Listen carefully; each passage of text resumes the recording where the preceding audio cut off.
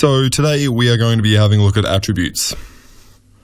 So attributes can be used to store specific information about certain elements in a dimension. So for instance, you can use them to provide information about certain elements or provide translations of those elements. So we're going to use the Biker's Best database today. We go into our products dimension here, and then we select attributes from the drop-down menu. At the moment, we've got two attributes here. We've got English and we've got German as translations. Now, we're going to add a third attribute, and we're going to call it color. So now that that's done, we'll close the modeler. Now, before we show you how to use these attributes, we're going to show you where the attribute's values are stored. Now, when I create that new attribute, what Jedox has done is automatically create an attribute cube for that. So let's go and have a look at it. It's a cube, so we can use paste view to have a look at it. Let's check it out. Simply hit attribute cubes, and then you can choose your cube under products. And then you simply click on choose element to have a look at your attribute groups. You've got English, you've got Dutch, you've got color, and then you can see your actual products. So here are your values for your existing attributes groups. You've got your off-road 100, blue 38, so these are bike types obviously. You've got your translation there in German and in English. And you can now start adding in colors as well. So we can double click and we can add in blue for the off-road blue 38. And we can go down and add in our reds and blues further down. It's just as simple as a double click. So this is how you access and you populate your attribute cube. Sorry, obviously this will be more efficient if you import via a setData function or using an ETL.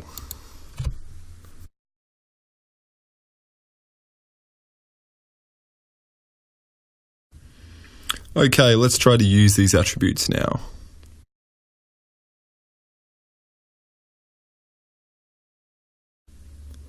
Let's jump back into paste view, and we drag down products, but let's use a German translation this time.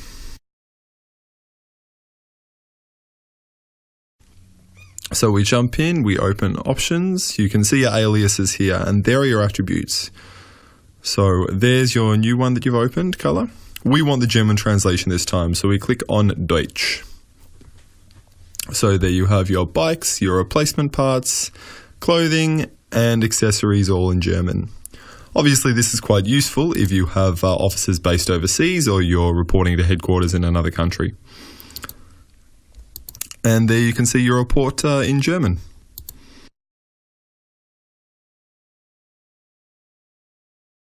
Let's look at some other types of attribute functions. Okay, so again, we're going to create a paste view using products in the rows. There you can see the same guys we have before. This time we're only taking specific elements though. So here's your actual element frame. And now what we're going to do is create a new column to read into your attribute cube. So we go into the paste data function, we hit attribute cubes again, select product attribute cube, we click guess arguments, this is important, and then hit paste.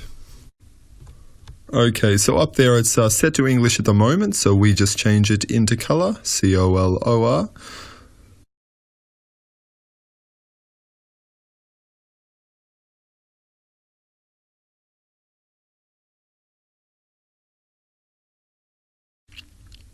And you can see you now have a new column for your attribute value. Now let's have a look at a different use. This time we're going to look at filtering. So you've got a report here. You've got your telephone number, salesperson, your English and your German translations, your cities, your latitudes and longitudes, and your customers at the front. So up the top, we've got a filter field for city and for salesperson. So let's say we want to find out how many customers Linda has. We just type in Linda and hey presto, we have every customer that Linda has sold to.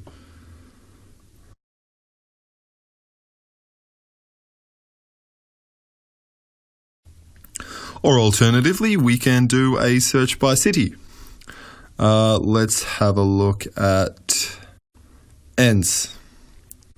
So you can see we only have one customer in Enns.